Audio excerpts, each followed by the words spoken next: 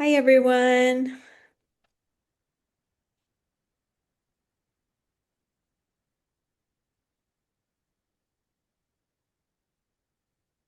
You guys are so punctual. We have our lovely Flex facilitator joining us today. She'll be here in just a moment, but here she is. But if you all want to get started on the poll that's up on screen there for now, as people start trickling in, we'll give you a beat to answer this, and then we'll go over the answers and get into it.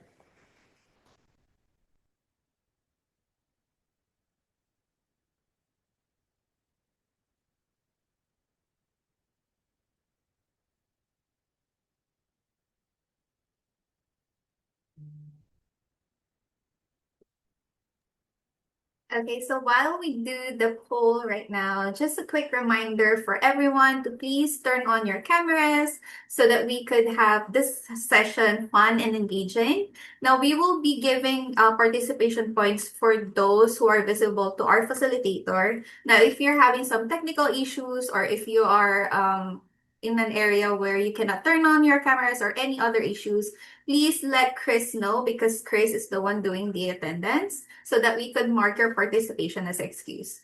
Now, if you're a student leader, please add SL before your name. And if you're an alumni, please add alumni before your name.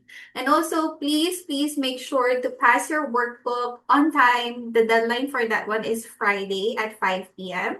So it's better to finish the workbook during workshop so that you won't, forget about this one because it's important for you to gain your points for every workshops that we do. So that's all for me. I'm gonna pass it to Janika. Thank you, everyone. Thank you so very much. And good evening, everyone. How is everyone doing? Please give me a thumbs up if you're doing all right. I'm doing well. Thank you. Thank you very much. I'm also doing well. Okay. Well, thank you all for joining us this evening. I hope you had a good day and it's almost the end, so you'll get to rest very soon. All right. So today, we are going to be talking about becoming your own decision architect. You all just took a poll, so I would love to see the results of that poll. So the question was, when you choose what to eat at a restaurant, what influences you the most? And it seems like for most of you, the pictures or design of the menu and your personal preference are the two biggest influences. And then for the rest, the price. No one is influenced by what others are ordering, which is very interesting. And you're also influenced by ads or sponsored posts. Oh, I didn't scroll down. There were so many options. Okay, I see there were a lot more options. Okay, small rewards, not affected, personal preference, pictures on the menu. Those are the things that are most influential to you all. Well, thank you so much for taking the poll, and we'll see why this matters in a moment. So, ready to kick off the presentation for today. All right, so this workshop, Becoming Your Own Decision Architect, is going to explore how everyday environments quietly shape the choices that we make and how awareness can help us take back control. So you'll experience how design, framing, and subtle cues can influence decisions.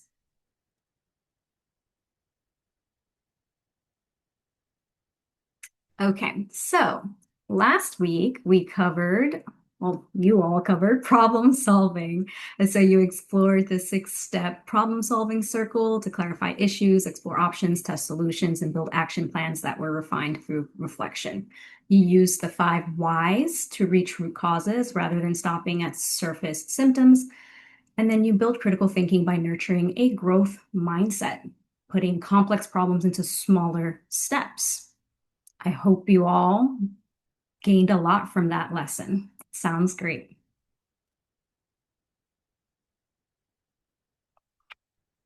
So today you are learning to recognize external influences like the environment, design, and framing on choices, and learning the strategies for intentional decision making.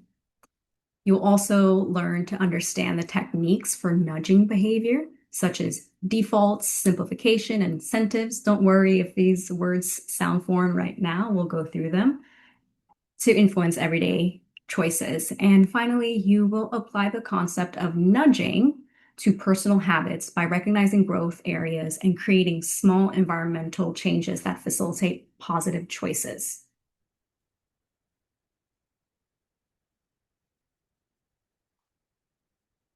Okay, starting off, we are going to, is this the activity for today? Yes, this is for Awesome. Okay, so this is going to be a fun activity that we're doing. You all are going to choose from a menu. You'll be broken up into two groups, I believe. Follow the instructions that you'll be given in this group, and then we'll come back and talk about it. Right, I'm opening the breakout room. Thank you.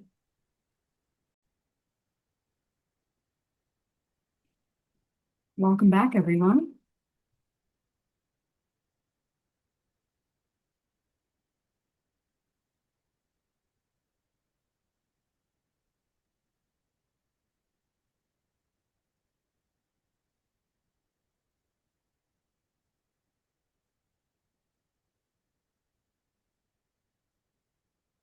Hi, Janika. The results are in the chat now. The results are in. Okay, so you all were just broken up into two different groups, and you had food menus and you made your orders. And so group one, 14 of you all chose salads, and none of you chose burgers. Group two, 13 chose salads, and none of you, 13 chose burgers, and none of you chose salads. So this is a very interesting breakdown. What can someone, okay, we can move on now. These were the two menus that you all saw. Take 20 seconds to look at these menus and please tell me, somebody, what do you notice about these menus?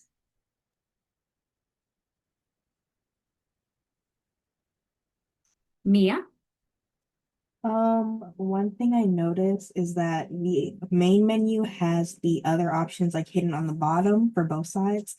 So you have the burgers like in your face, and then you have like the salad in your face, but you don't see below that you have the option to get a burger or a salad. Absolutely. So both menus have the same items, but some are more in your face than others. Anyone else? Can you tell me what you noticed about this menu, or what was your response when you saw the two menus side to side?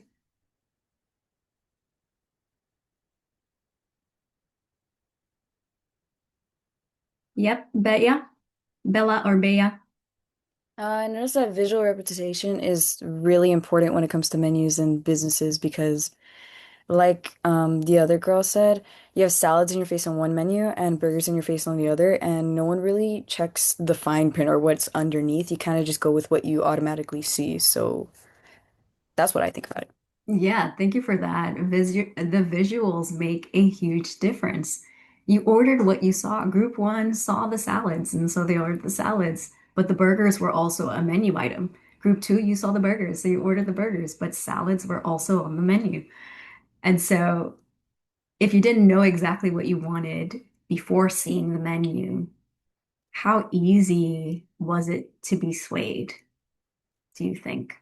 Like we didn't tell you, oh, you're going to see a menu with burgers and salads because you didn't know. How easy was it to be swayed, do you think?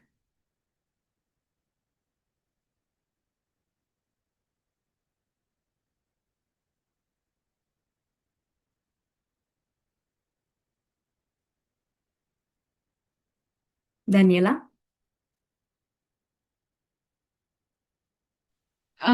I guess like the pictures really didn't make a big difference because like if you're like a very picky person, like you're like careful with what you eat. I guess like visuals like help you sense that because like I did know it's 7-Up bottle, but I didn't know what they look like. And it's like if it's like a greasy or nasty burger, then I wouldn't know that. So I wouldn't want to risk ordering something I didn't want. Okay, thank you for that, Danielle. So I'm guessing that you were in group one, and because you couldn't see the burger, you didn't order. Okay, so that is really important. And so, what can we learn from this about the decisions we make every day at school, with friends, or online?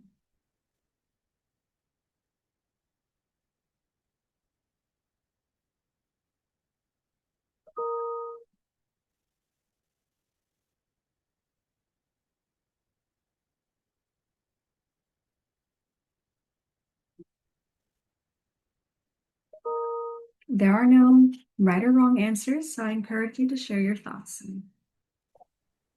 Yes, Jesus.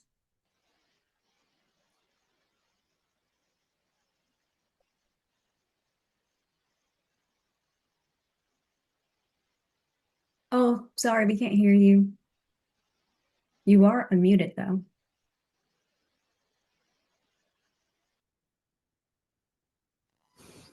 No, not yet. Do you have like AirPods? Maybe the audio is set to something else. Oh, There we go. you can hear me? Yes. Oh, what I thought about the advertisements was that they influence our lives and they're basically like nudges towards us going a certain path and like our actions and our decisions. Yes. And how do you think that also influences other parts of your life, not just with the menu, but school, friends, family? Probably like in other types of advertisements or like social media that it guides you towards another type of action, whether it be positive or negative, like those ads that show scholarships and it makes you want to go apply to them. So that's one type of example. Thank you very much for sharing. Yes, for sure. And I would love to hear from somebody else. Who else wants to add about what you can learn from this exercise about the decisions that we make every day?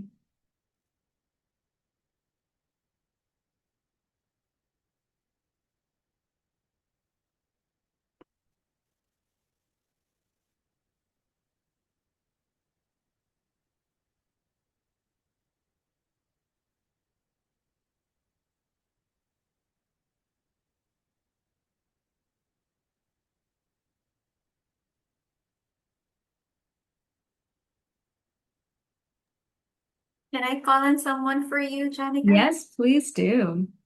Let's hear from Shirley.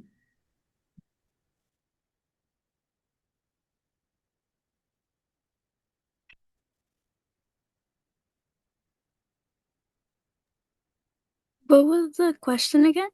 Yes, from this exercise, what can you learn about the decisions that we make every day, whether it's at school, with our friends, or online? Something we could learn from this is to well, personally, to just go with your choice with and don't let others influence you and what you really want. Thank you so much for sharing that. Go with your choice and don't be influenced by others. Thank you for sharing, Shalyn. All right. So on this, we learned that our decisions are not always just what we want, but they are impacted by a variety of factors. Here, it was clearly the visuals that was a big impact for us. So our environments shape our choices, the more than we realize. And this is called choice architecture.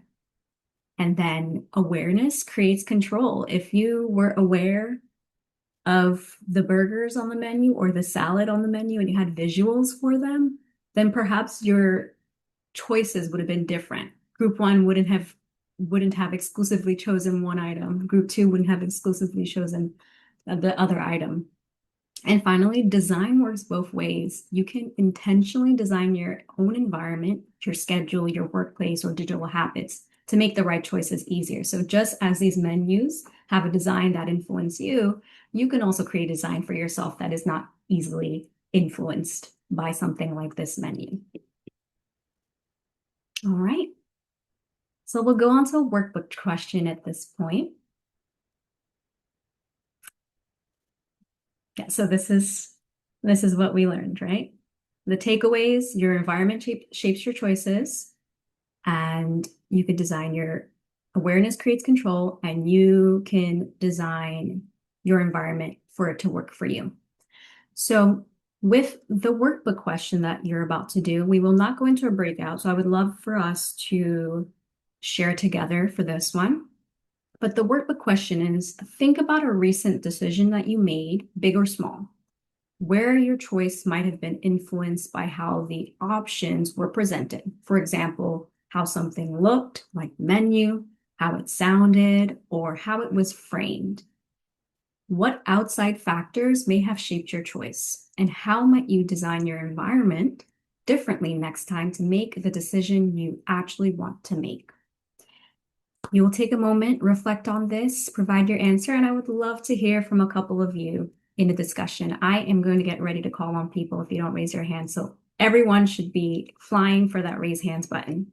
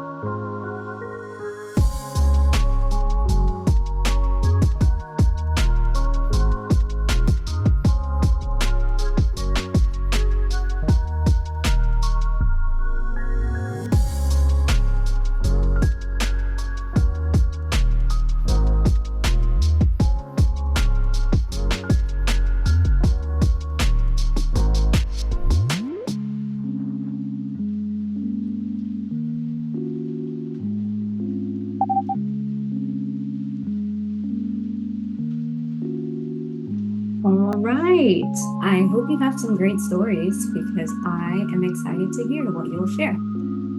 So again, you're thinking about a decision that you made that was influenced by outside factors, or you believe was influenced by outside factors.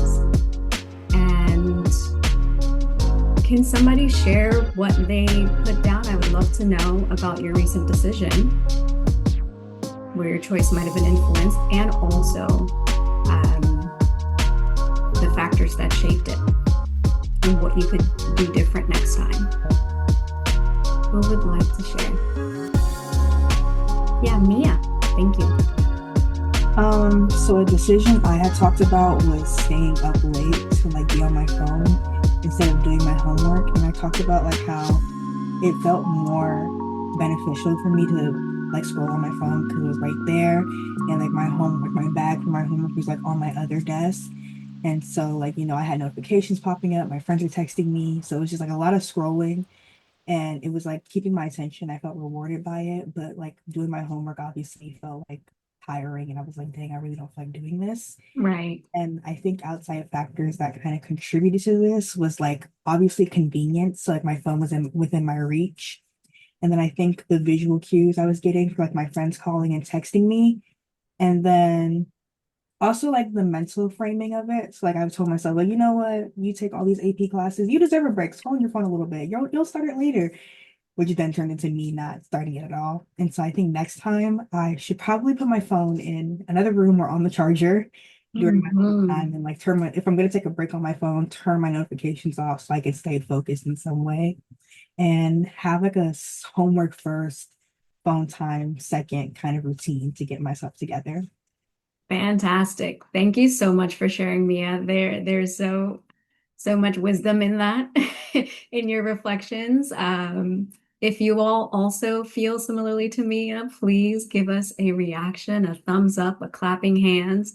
If you also experience these things, yep, we are right there with you, Mia. Proximity.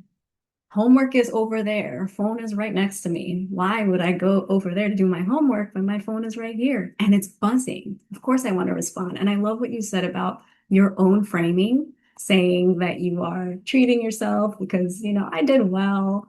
I'm taking a lot of classes. Let me treat myself by responding to the text messages. I love that you said that because we could also convince ourselves that it's okay. Um, I already I already wrote one paragraph. Let me take a break to reward myself and do something else. So that was a great example. Does anyone else have another example? Yes, Bella. So mine is kind of similar to Mia's. I have my own little like crochet business, and a lot of the days I get caught up in it. Like I make cute little things like this. Oh my goodness, that's amazing. And I'm like multitasking right now because it helps me listen better. But I tend to put my own little business ahead of school sometimes. So I'll get home and I'll be like, okay, AP Lit, I have two Cornell notes and AP Classroom and this and that. But I'll just make one thing and then I'll do it. And like Mia said, it's right next to me. It's right here. And my schoolwork is online. I need to log in. I need to do this. I need to do that. And then it ends up I take like 5 hours on one little thing and I end up falling asleep and waking up late and it was a problem, so I learned how to regulate it more. But Mhm. like she said, it's just right in front of me. It's right there and it's like kind of like a dilemma. Like what do I do, this or this and that? And it's also from the beneficial point of this makes me money. School doesn't at the moment, but it will in the future. So it's like Absolutely. it was a battle, but I learned how to like put schoolwork first and put this to the side and then only work on this when I have the time. And also it's a better feeling when you know that you have everything done and you're able to work on it. Absolutely.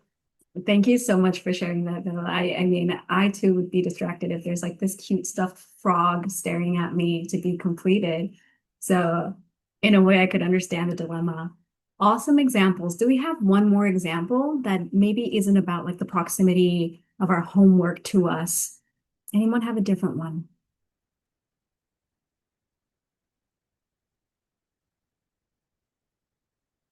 Daniela? I guess one decision that I'm currently doing right now is deciding on what university I want to, because I'm Mhm. considering the price of the university, how close it is to me, the financial aid they're giving me, and how like famous it is. And it's like it's tough, especially when it comes to like when your parents are helping you pay for it. It's like either I either choose what my parents want best for me, or I choose where I want to go, and it's like hard. Right.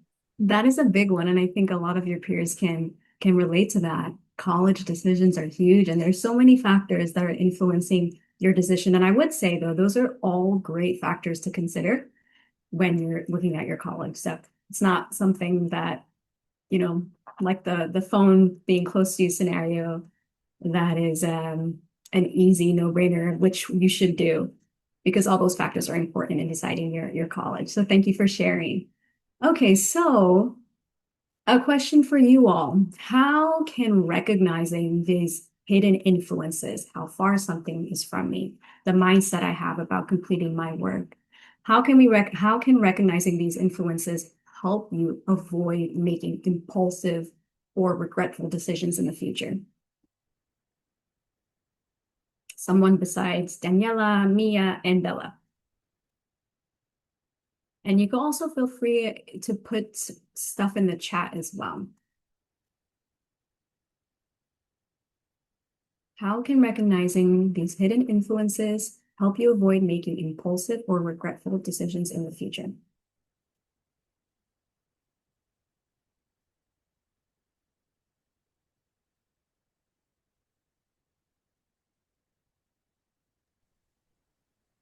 Let me call on someone again, Janika, if that's Thank okay. you. I want to call on Darcy. I would say that knowing these, I guess, like influences would honestly like help you in the future is probably like by breaking habits, since eventually like these influences all kind of become a habit for us and it's pretty tough to break. But Mhm. recognizing that you struggle with something and that it's kind of holding you back is the first step to breaking a habit, and eventually, doing quite literally the opposite, and then, being able to influence yourself instead of letting outside factors influence you. You said it best, Darcy. I'm going to let your words stand on their own. Thank you so much for that response. All right, so thank you all so very much for sharing your thoughts on that. Moving on, we'll hop into exactly what it is we're learning today, right? So we're going to learn practical tips and tricks on nudging behavior. Um, Default options, simplifying choices, framing effects, feedbacks and reminders, social norms, strategic visibility, incentives, and rewards. So starting with what nudging is. So nudging is the concept of subtly guiding people's choices and behaviors without restricting their freedom of choice. So the full menu of items is right there, but I'm nudging you to pick the burger because that's the visual that you have. You don't have the visuals of the salads. So that's what a nudge is in the context that we had earlier. And so default options is setting a default choice that aligns with beneficial behavior can lead people to stick with that option. So default is the burger that you see, you're going to probably choose the burger. And another example is automatically enrolling employees in retirement saving plans while allowing them to opt out. Or an option that you might be familiar with when you go on a website that uses cookies, sometimes they automatically allow all the website's cookies to run. And others might allow you to opt into those cookies. So if it's automatically already opted in, it takes more work for you to opt out. So the key insight here is that when the right choice is the easiest one to make, more people make it. So consider that when you're thinking about these nudges. Another tip is simplifying your choices. So reducing the complexity of making a decision is going to help you understand and select, is going to help you understand and make better decisions, right? So for example, simplifying the process of signing up for health insurance. If it has too many steps, they're probably going to delay it, or for some people, they might forget it and not even complete it. But if it's an easy process, you're more likely to do it because you could easily get it done in a quick amount of time. So the key insight here is that the simpler the path, the more likely people are to take it. Another tip is framing effects. Mia told us about this earlier, the mental framing that she had about treating herself to look at her phone because she's on a lot of AP classes. So presenting information in a way that highlights the benefits of a particular choice can influence decisions. I can say going on my phone is rewarding me for having a strong curriculum, or I can say doing my homework is more important than catering to my friends who are texting me right now, right? So the insight here is that the story that we have around a certain choice can be as powerful as the choice itself, okay? Also, feedback and reminders. Providing timely feedback or reminders can encourage beneficial behavior. So sending reminders to take medication or notifications about energy consumption, for instance. For me today, I had to do this. My friend is going to come over and for dinner and she's going to do the cooking. But she told me, put the chicken out at 5 o'clock so that it's not as frozen by the time I get here. And I had to put a reminder. I set an alarm because I would have forgotten. I have other things that I'm focused on, but I set that reminder to remind me to do this task. Moving on, social norms. Highlighting what most people do in a given situation can influence individuals to conform to those behaviors. So, for instance, informing hotel guests that most previous guests reuse their towels to save water. So they're trying to influence you to reuse the towels to save water, but maybe you've decided, I want a new towel every day, and that is your choice. But if you have it in your mind already that I want to use a new towel every day, maybe you will be less influenced by this social norm of this hotel. So the insight here is that people tend to copy what they see other people doing. Making positive actions visible encourages more people to do the same. So if you walk around and you see people actively picking up trash or actively picking up recyclable items, you're probably going to be influenced to do that too. Or if we make recycling more prominent in people's everyday lives, they probably feel influenced to do it. We also have strategic visibility. So making certain choices more visible or salient, it's everywhere, can draw attention to them. So if we are placing healthier food options at eye level in a cafeteria, you're more likely at least to consider that healthier food item than if it were far away from your eye level. And so the key insight here is like what we notice most often becomes what we choose. We notice the salad, we're going to choose the salad. We notice the burgers, we're going to choose the burgers. And finally, there are incentives and rewards, offering small rewards or incentives for making a desirable choice. If you get a discount for using a reusable bag at a grocery store, you're probably more likely going to use those reusable bags at a grocery store.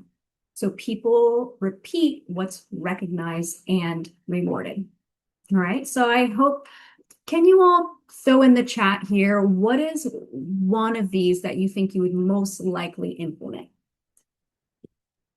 or most speaks to you? Is it the default options, changing your default options, simplifying your choice, feedback and reminders, framing effects? Yep. What else?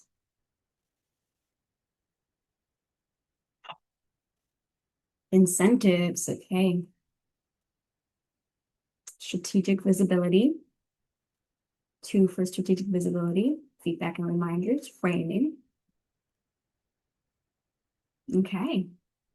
Thank you. I think the better we know how to recognize what will help us, the better we can help ourselves, as Darcy said. Awesome. Thank you so much, you all. Okay. So we will go into another workbook question, and this time you will go into breakout rooms. You'll have 5 minutes in there to share. So the question is, how do you use nudges? How do you see nudges show up in your daily life? Consider websites, social media, stores, or even in how teachers frame assignments. And share with your peers. All right. See you guys later.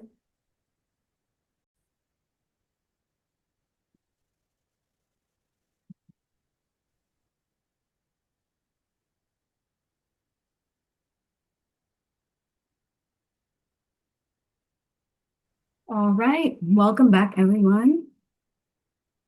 I popped into a couple of breakout rooms and heard bits of your stories shared. Thank you for sharing how you see nudges show up in your daily life.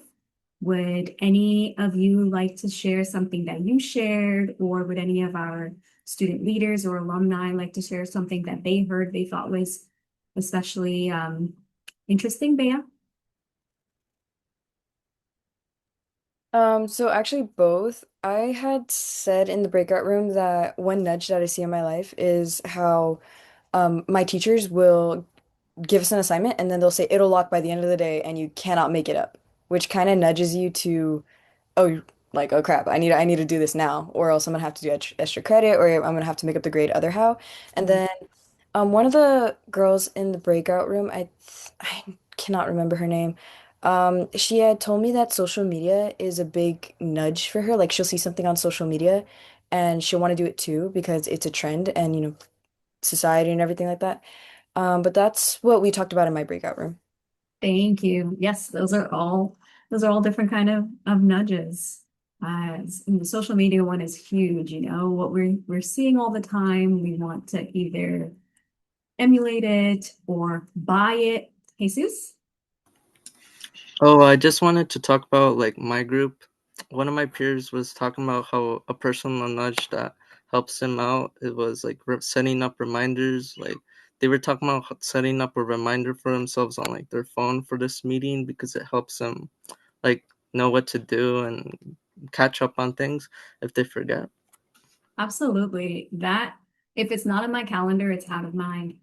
I make things to be on my calendar and I will put a reminder for 24 hours before and 1 to 2 hours before, depending on how far it is from me. So absolutely, I think that's a great nudge for ourselves to remember things. And so,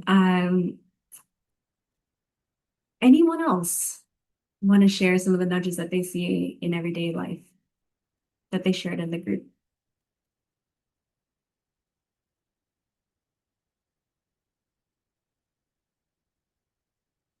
Kendra.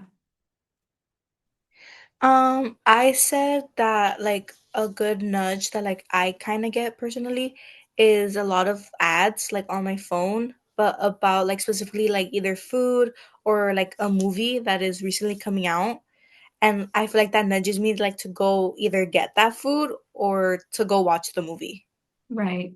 Those companies are so happy about you, Kendra, because their marketing isn't working. So you are just the kind of customer that they're looking for. But absolutely, the advertisements, they really get us. They push us to do something or to purchase something.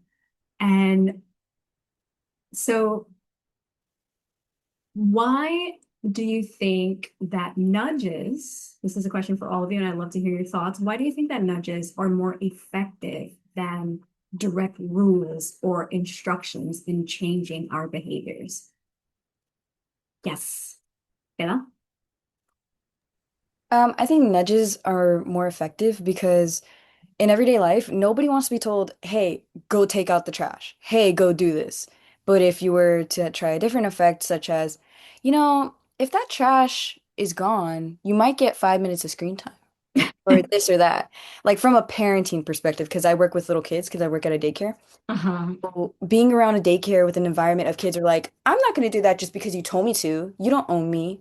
It's so easy that nudging is like constantly in my life. Hey, like, I wonder if those crayons got picked up, we'd get to story time a lot faster. So like nudging's kind of more effective than straight out telling somebody, especially kids, hey, do this, do that. They feel it as like, I gotta listen to you. You're older than me. You got power than me. And I feel like nudging is just more effective, both on commercial wise and like ads and everything, and also on everyday life. Absolutely. Does anyone else agree with that? Do you relate to the fact that, or to the concept that nudging can be more effective in changing our behaviors than direct rules? Yeah, Mia, why is that? I actually am very similar to Bella. I work with kids as well, and a lot of times I've had to, a lot of times I've had to like kind of be like, hey, I mean, you could sit here and not do your work, but if you get all your work done, when your mom picks you up, she might take you to go whatever. Because like I can hear, when they come in, I can hear the conversations they're having. So maybe they're complaining that they want candy. So now I'm gonna use that candy against you and get you to turn that work in, do that coloring page. So I feel like nudges are a lot more effective because I found I'm not really stern, and when I've tried to be stern, it doesn't work. I can't be serious. I can't lie, but You're right. nudging definitely helps. Absolutely. We're really resistant to people telling us what to do, but the nudges, they present things in a way that makes us think as if we're making our own decisions without any outside influences, but the influences are certainly there. Thank you. All right. So we'll move on to the final point for today, I believe, and that is about designing nudges for our life. You all have already shared some of your ideas, so we're going to dig a little bit deeper into that. And so, this is a workbook question. This will be kind of like your guide, maybe for the week.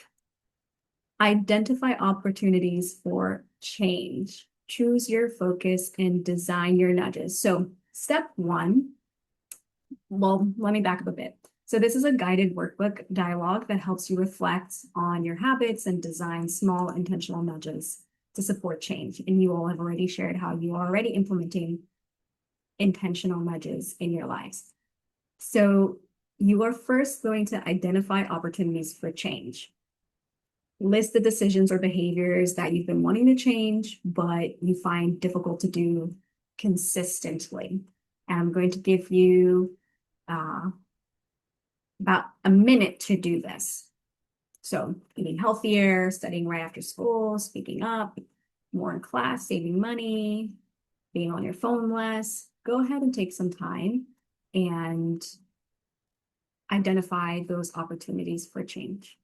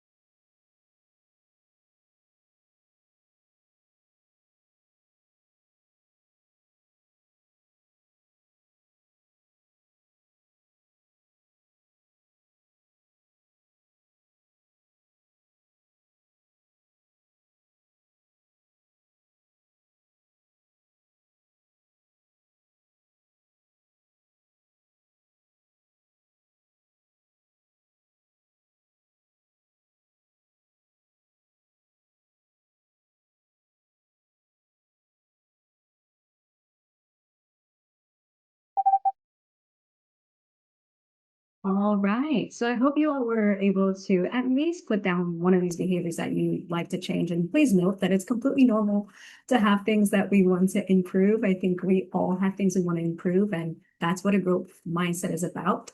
Recognizing that we can learn, we can grow, and we can change our habits over time.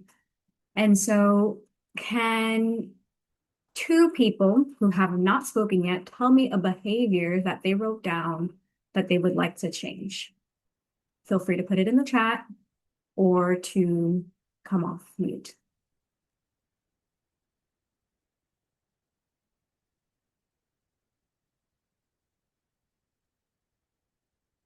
Otherwise, Joanna could pick. Time management. Thank you, Letitia. Time management is a fantastic one. That is also a behavior that I'd like to change. Do we have another one?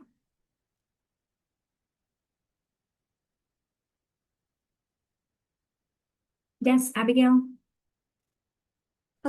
Well, a behavior that I've been wanting to change since a while ago has been speaking more in class.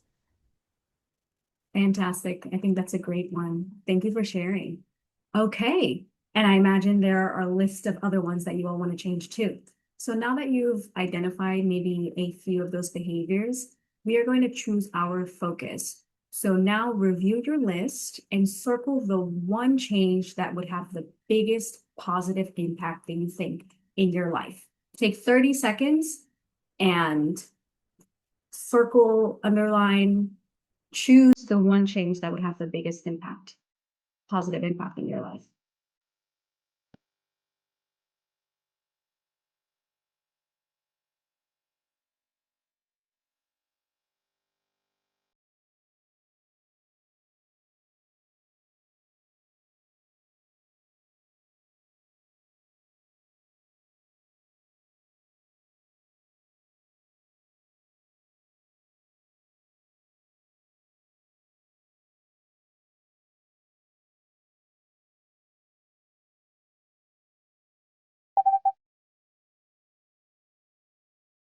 All right. If someone wants to come off mute, you can, but I would love to get a lot of people responding in the chat. What is that one behavior that you think would make a really big difference in your life if you were to change it? Go ahead, share in the chat, and if some of you could also say it out loud, that would be awesome.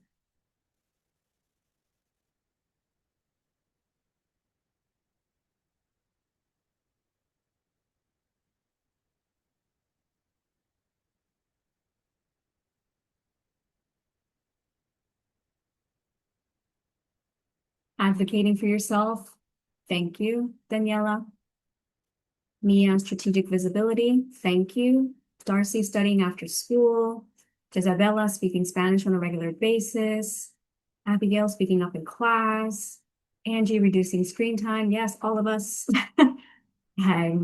Yeah, you're reducing your screen time. Yeah, see, a couple of you all have the same. Daniela, eating healthier, important for us all. Bea, being more confident. Louise, feedback and reminders. Sherlyn, managing your time. Vanessa, making time for schoolwork. Absolutely. Drinking more water. Thank you, Daniela. You are speaking to me right now. In fact, I'm not sure if I remembered to drink water today. I had tea, but I didn't just drink straight water. Reducing distractions, focusing on homework. Absolutely. And I think many of us will relate to all that you're saying here. A few of you have focusing on homework. All right, great. So let's let's go to the final step in the interest of time. Thank you all so much for sharing these behaviors. So the final step is to design your nudge. Remember the different nudges, they're here on the screen. Think about how you could set your environment to support this change. How about you write one thing that you can do to support you participating more in class, reducing distractions, drinking more water, making time for school. Let's take 30 seconds to do that. And I would love to hear your thoughts.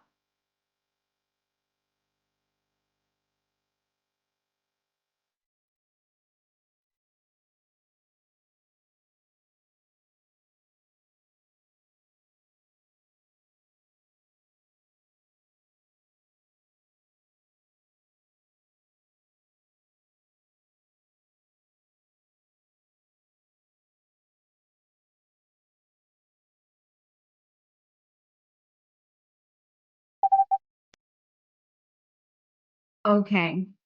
So I'd love to hear from somebody who said reducing the screen time would have a positive impact in your life. What is one thing, one nudge you can do to reduce your screen time?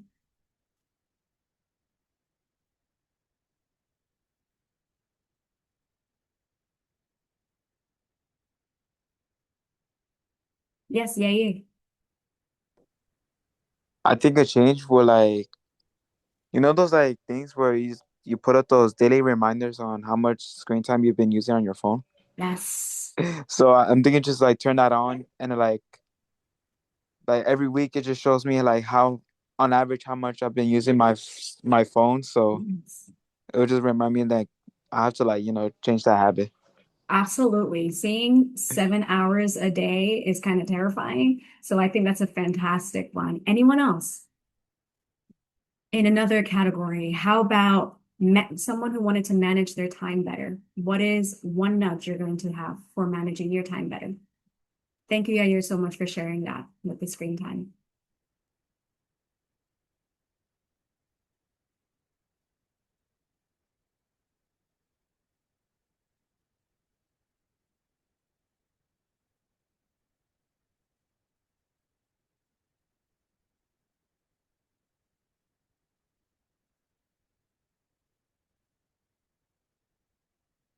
So either Letitia or Sherlyn on the time management bit.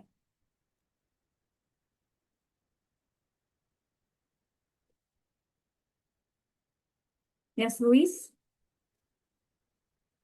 So, what I want is to do is a nudge that I want is feedback and reminders, mainly reminders because like sometimes like I be sometimes I like always like forget to like turn in an assignment and yeah, I need to like set myself a reminder so that way that I can that I have to do it and turn it in on time. Absolutely. And there's nothing wrong with that. I think it's great that you're putting systems in place to allow you to actually do the work you need to do with just handing work in on time. Reminders help. There's no shame in doing those reminders.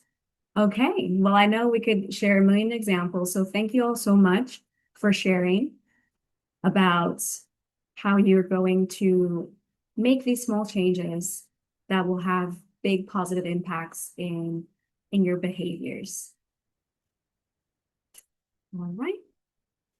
And so as a recap, today you all learned about how much our environments influence us, the decisions that we think we're making independently without any influences, outside influences, are oftentimes impacted by our environments. The things that we're seeing, what's more prominent, the nudges that we're experiencing, all of those have an impact on the decisions that we make. But we've learned what nudges are, and we learned how we can have nudges in our own environments to push back against those influences, and how making small changes can have a really positive influence in our lives and in our behaviors. So looking ahead to next week's class, you all will be learning about grit and resilience and how these two fuel long-term success by combining passion, perseverance, and recovery from setbacks. We will also look at how consistent effort, deliberate practice, and a growth mindset can strengthen grit and resilience. This applies to those nudges that you said. If you are consistent in those things, you deliberately practice those, you can strengthen your grit and resilience to resist against these influential forces that are telling you to pick up your phone or buy that product that you don't need. And finally, you'll learn how focused goals, embracing challenges, and learning from failures help you to build habits for lasting success and growth.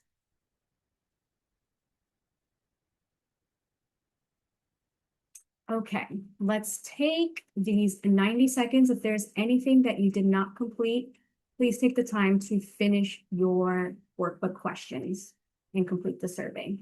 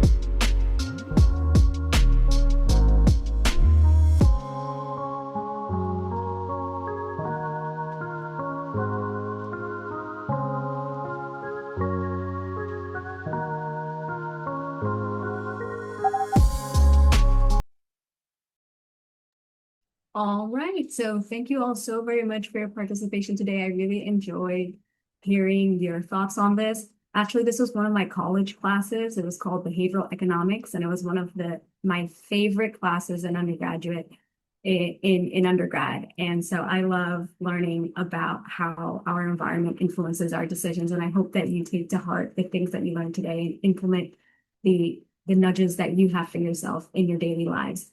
So looking ahead, please remember that there is an Ignite speaker series coming up March 2nd. The speaker would be announced soon, and the RSVP deadline for that March 2nd Ignite speaker series is February 27th. Also, there is a field trip coming up, World Cup Symposium, that is happening on March 15th. The deadline is March 6th. Set a reminder to RSVP now so you don't wait until the deadline has passed. And also, Rotary Club of Los Angeles has a scholarship available. This is for 12th graders only. The Rotary Club is offering scholarships for high-need, high-performing students in Los Angeles County. These funds are awarded as scholarships every year through a program that includes evaluations and interviews for all applicants. If you're 12th grade and you meet the qualifications, please take advantage. The deadline for that is March 2nd. And with that, I bid you all a very good night. Don't spend the night just being on your phone. If you have homework, please get your homework done first, and then you could scroll the internet and buy your products that TikTok is telling you to buy. And I see there's a question in the chat. The RSVP to any of our YC staff? Yes. Hi, if you have any questions, please stay on the Zoom. If not, you can go ahead and head out from the Zoom. Thank you, Okay. everyone.